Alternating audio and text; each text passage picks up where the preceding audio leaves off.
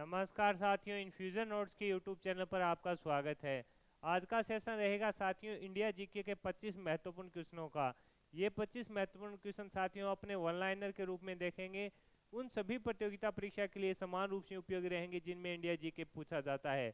Infusion notes के YouTube channel पर साथियों आपको लगातार जनरल साइंस के 25 महत्वपूर्ण क्वेश्चन मिल रहे हैं और साथ ही इंडिया जीके की भी 25 महत्वपूर्ण क्वेश्चनों की सीरीज है, उसमें आपको वीडियो मिल रहा है। वीडियो के डिस्क्रिप्शन में साथियों पीडीएफ का लिंक लगा दिया जाएगा, वहां से आप आसानी से पीडीएफ डाउनलोड कर पाएंगे। शुरुआत करेंगे साथियों सेशन की। पहला क्वेश्चन आपके सामने है, नालंदा विश्वविद्यालय के संस्थापक कौन थे? नालंदा विश्वविद्यालय के संस्थापक कौन थे? तो आंसर होगा कुमार गुप्त। नालंदा विश्वविद्यालय के संस्थापक कौन थे? तो आंसर होगा कुमार गुप्त थे। आगे है नौ नालंदा महाविहार किसके लिए विख्यात है? नौ नालंदा विहार महाविहार किसके लिए विख्यात है? तो आंसर होगा पाली अनुसंधान संस्थान के लिए। आपसे पूछा है नौ नालंदा महाविहार किसके लिए विख्यात है? पाली अनुसंधान संस्थान के लिए विख्यात है। आगे बढ़ेंगे। अगला क्वेश्चन आपसे पूछा है, सुल्तानी युग में बौद्धों की कौन सी शाखा सबसे प्रभावशाली थी? तो आंसर होगा वज्रयान। सुल्तानी युग में बौद्धों की कौन सी शाखा है जो सबसे प्रभावशाली थी? तो आंसर होगा वज्रयान जो शाखा थी वह सबसे ज्यादा प्रभावशाली थी। आगे है संयादवाद। संयादवाद सिद्धांत है किससे संबंधित है? तो आंसर होगा जैन धर्म से इसका संबंध रहेगा। आगे बढ़ेंगे। अगला क्वेश्चन आपके सामने है, अर्धनारीश्वर मूर्ति में आधा शिव तथा आधा पार्वती किसके प्रतीक हैं? देव और उसकी शक्ति के योग का। देव और उसकी शक्ति का योग, यानी अर्धनारीश्वर जो मूर्ति है उसमें आधा शिव तथा आधा पार्वती का प्रतीक किसके लिए है? तो देव और उसकी शक्ति का योग है उसके लिए है। आगे बढ़ेंगे।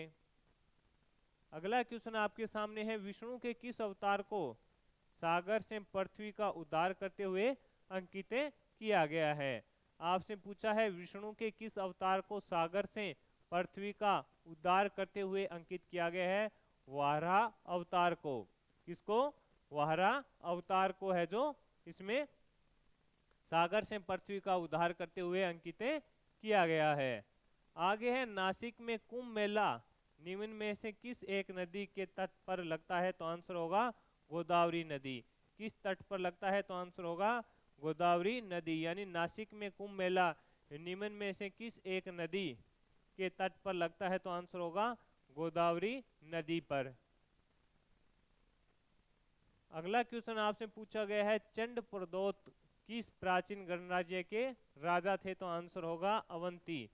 चंड प्रदोत किस प्राचीन गणराज्य के राजा थे? तो आंसर होगा अवंती। ये क्वेश्चन भी इंपॉर्टेंट है, पूछा जा सकता है।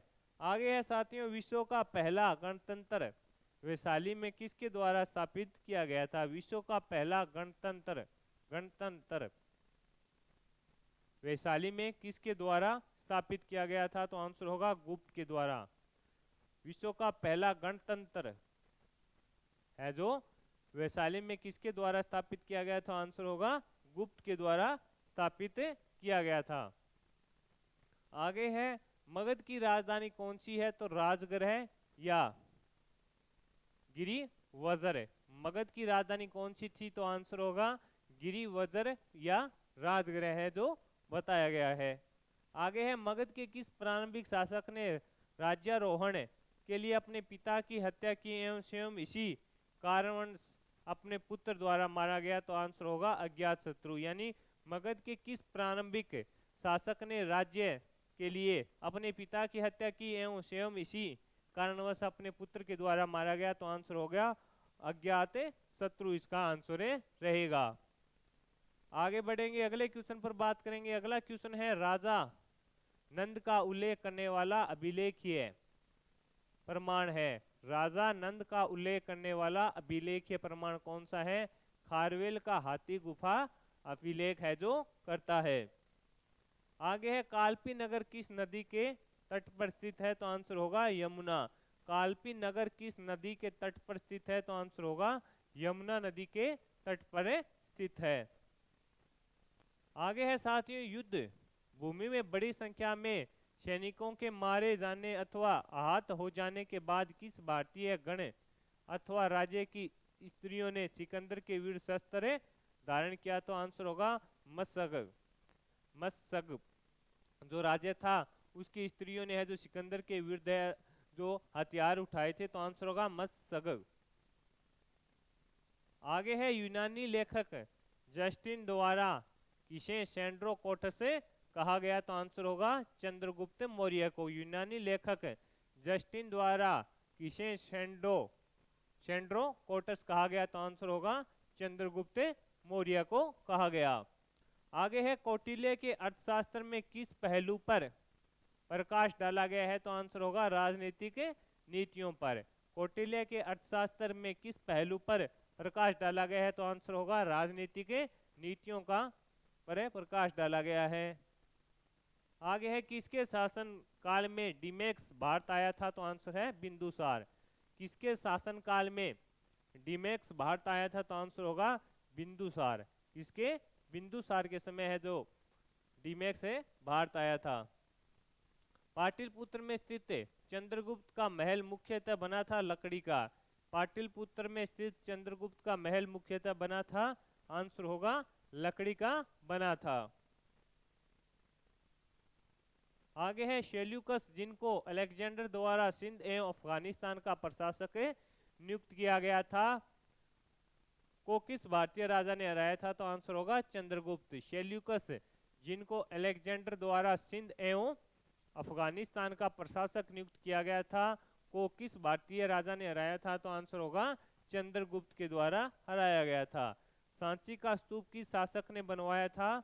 आंसर होगा अशोक के द्वारा। सांची का स्तूप किस शासक के द्वारा बनवाया गया था? आंसर होगा अशोक के द्वारा। आगे है अगला क्वेश्चन, अशोक के शिलालेखों में प्रयुक्त भाषा कौन सी है? आंसर होगा प्राकृत भाषा है। अशोक के जो शिलालेख है साथियों, उसमें प्रयुक्त भाषा कौन सी है? तो आंसर होगा प्राकृत भाषा है।